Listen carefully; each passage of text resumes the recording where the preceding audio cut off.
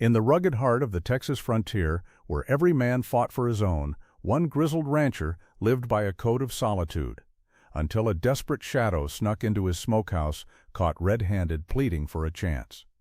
What happened next wasn't a punishment, but the start of a fight for everything he held dear. He let her stay, not knowing her presence would be the key to reclaiming his land and his legacy from the very men who thought they'd buried him. This is the story of Jedediah Stone, and the woman who taught him that some battles are won not with a gun, but with a whisper. Jedediah Stone knew the feel of silence, deep and wide, like the Texas sky over his ranch. He had lived with it for almost 60 years, most of them alone on these 200 acres of hardscrabble land. The sun, even in late autumn, still beat down, baking the dust into the cracked earth, making the few stubborn mesquites look like tired sentinels. His days unfolded in a quiet rhythm, familiar and unhurried. He checked fences, fixed a windmill, coaxed water from the stubborn ground for his small herd of longhorns. He worked until his hands ached and the light faded, then cooked a sparse meal over a wood fire. Some folks in town called him Lonesome Jed. He didn't mind. He had chosen this life, built it on the bones of his father's ranch and his fathers before him. This land was in his blood, thick and slow like the Brazos River. Lately, though, the silence felt heavier.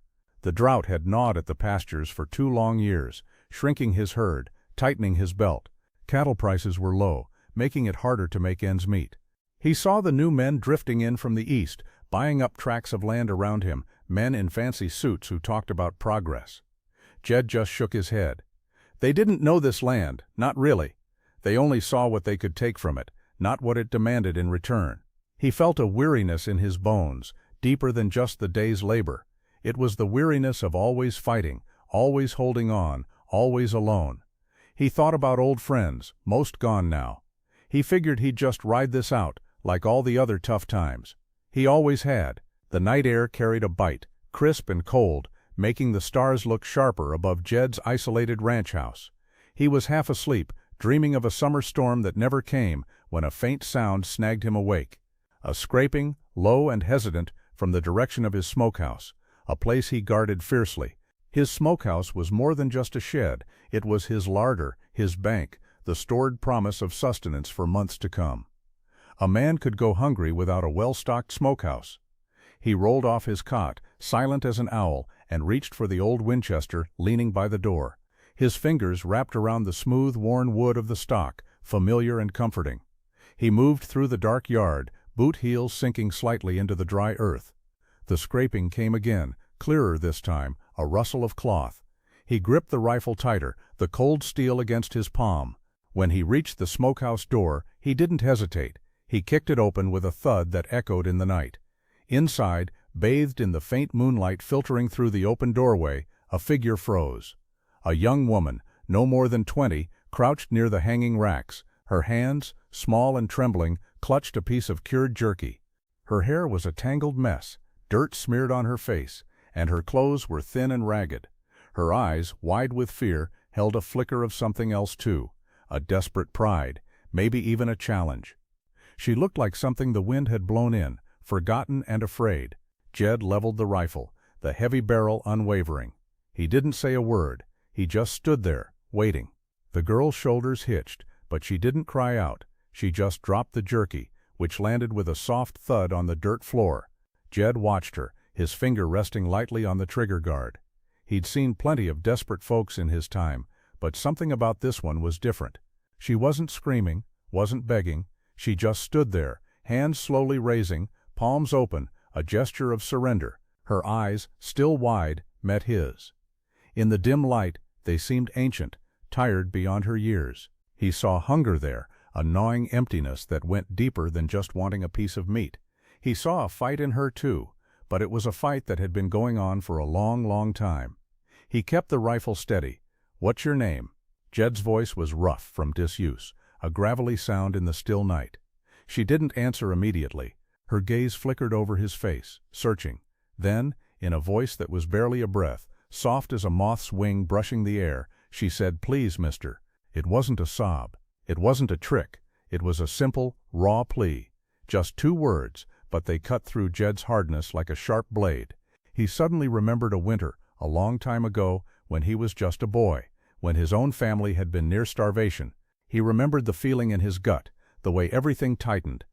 He lowered the rifle slowly, his gaze still fixed on her. He didn't know why. It went against every lesson the frontier had taught him.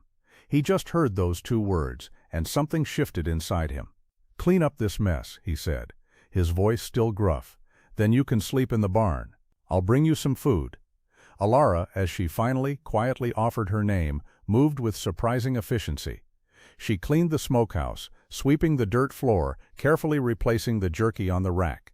She didn't speak, just nodded when Jed motioned for her to follow him to the barn. He watched her as she took the blanket he offered, folded herself into a corner of a stall, and fell asleep almost instantly. She was a shadow, quiet and unassuming. Jed expected her to be gone by morning, or for something to be missing. He had seen too much of human desperation to trust a whispered plea. But she was still there when the sun rose, already sweeping out the barn. Jed found her mending a torn feed sack, her fingers nimble with a needle and thread he hadn't known she possessed. She fed the chickens without being asked, gathered eggs, and even straightened the tools in his shed, leaving them in neat rows he hadn't bothered with in years.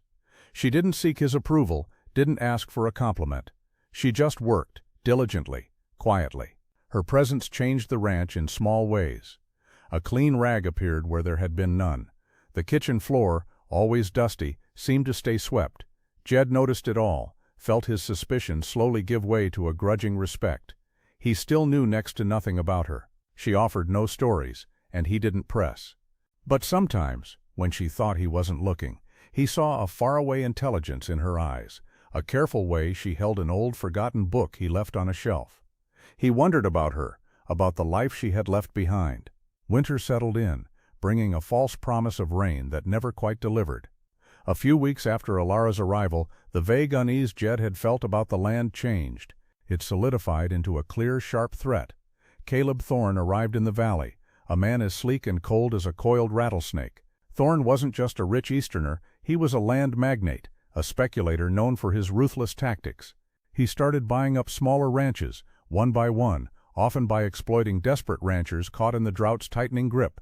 Jed had heard about men like him, men who saw land not as a home or a legacy, but as a commodity to be exploited. Thorne didn't just want Jed's land, he wanted Jed's land.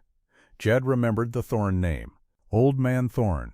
Caleb's father had tried to swindle Jed's grandfather out of water rights decades ago, a battle Jed's family had won, barely. This wasn't just business for Caleb, it was personal, a generational slight he meant to correct. Thorne moved with an arrogant swagger, holding public meetings in town where he spoke of modernizing the valley, turning Jed's beloved ranch into part of some grand, efficient empire. He made thinly veiled remarks about stubborn old men clinging to outdated ways, a direct jab at Jed. It felt like a public humiliation, a deliberate attempt to make Jed feel irrelevant, a relic. Jed knew what Thorne was doing. He wasn't just trying to buy him out, he was trying to break him. The stakes were higher than just his ranch. Thorne aimed to control the crucial valley water, leaving everyone else to wither. It was an old betrayal, resurrected, and it tasted bitter. The official papers arrived a few days later, delivered by a bored-looking clerk from town. A legal notice, a challenge to his water rights, citing some obscure clause, backed by Caleb Thorne's powerful lawyers. Jed read the words, his jaw tight. It was worse than he thought. Thorne wasn't just buying, he was trying to choke Jed's ranch, legally, slowly.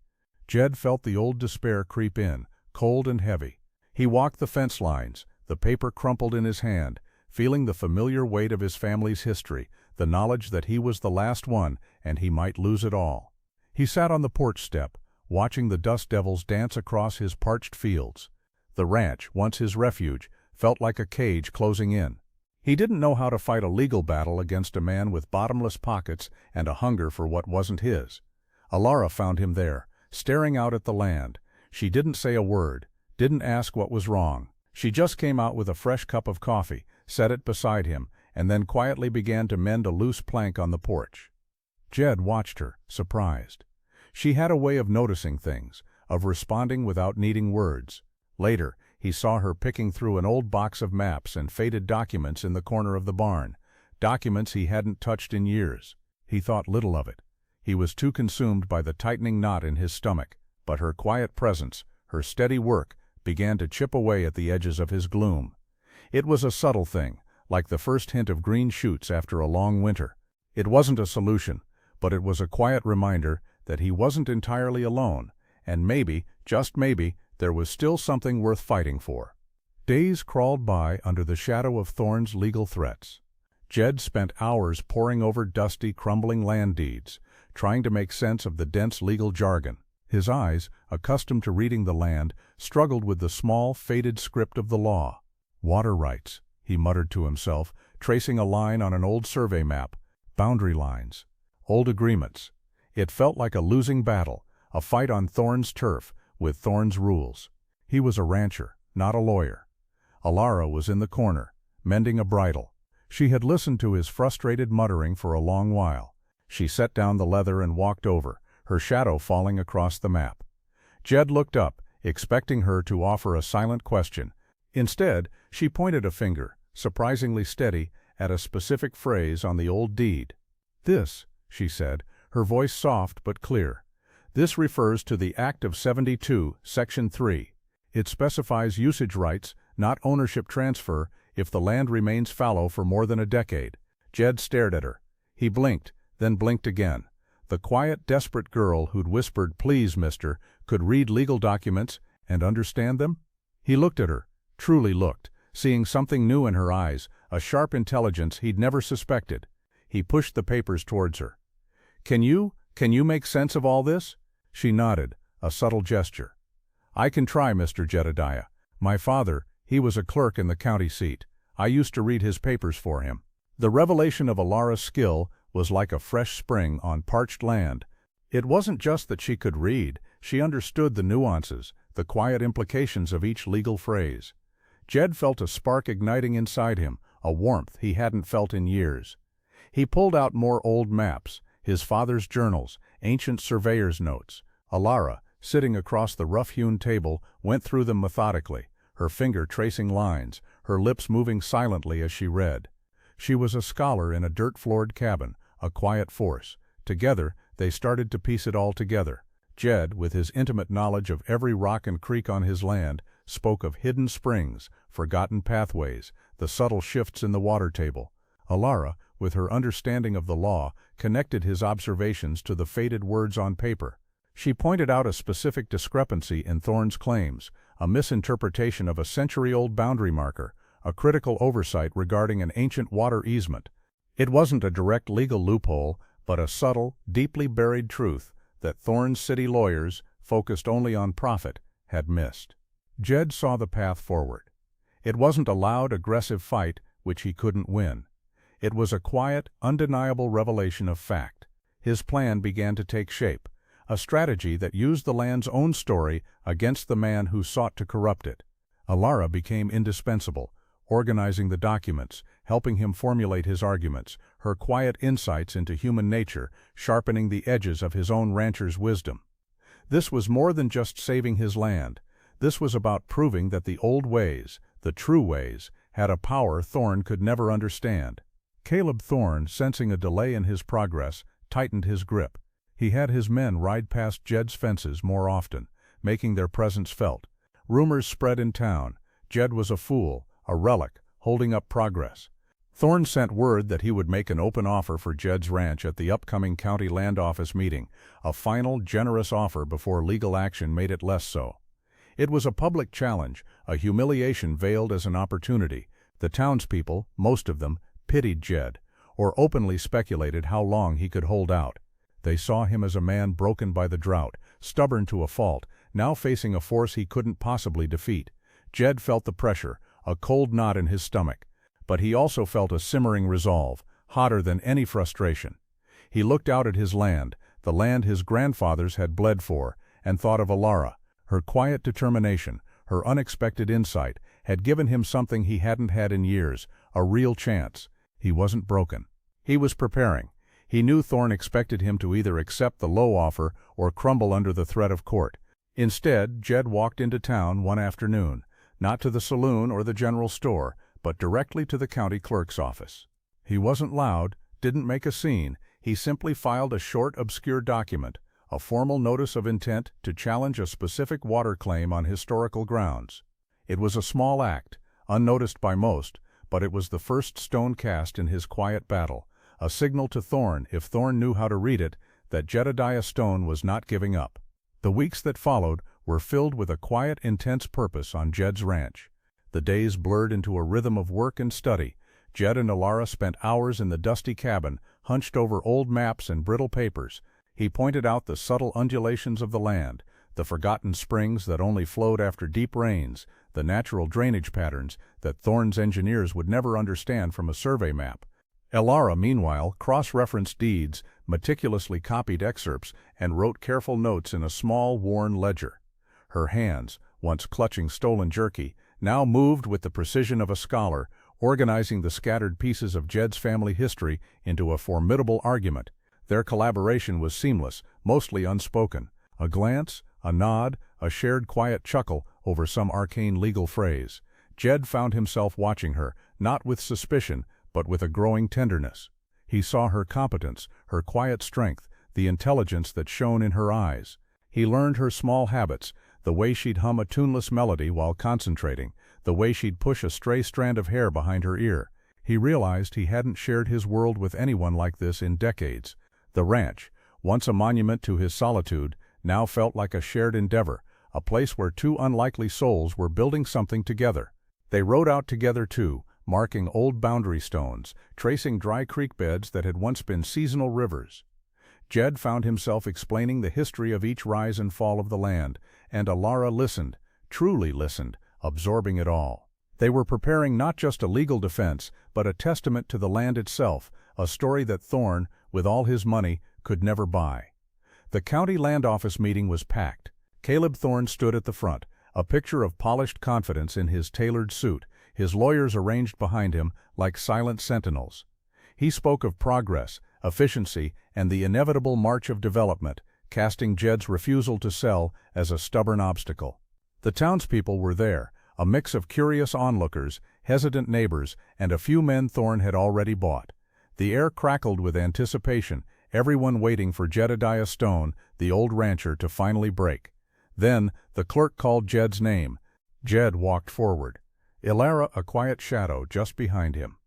He wasn't wearing his Sunday best, just his clean work clothes, his hat held respectfully in his hands. He looked weathered, but his eyes, when he met Thorne's gaze, were clear and steady. He didn't bluster, didn't raise his voice. He spoke simply, in the plain, direct language of a man who knew the earth beneath his feet. He spoke of the land's history, the original grants, the seasonal flows of the hidden springs Thorne dismissed as dry creeks. Alara, meanwhile, stepped forward, not speaking, but handing Jed specific documents at precise moments. An old surveyor's sketch, a faded deed from the 1850s with a crucial annotation Jed's father had made, a local geological report Jed had found. Her presence was a silent force, her quick, intelligent movements a stark contrast to the stiff lawyers flanking Thorne.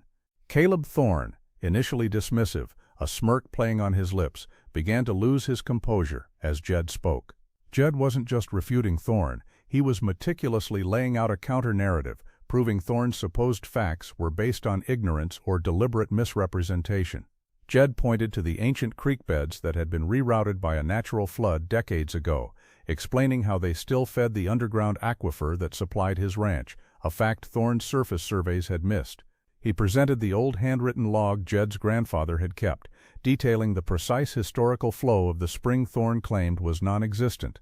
Thorne interrupted, his voice rising, trying to dismiss Jed as a delusional old man. But the judge, a quiet, stern man who knew the value of local knowledge, held up a hand.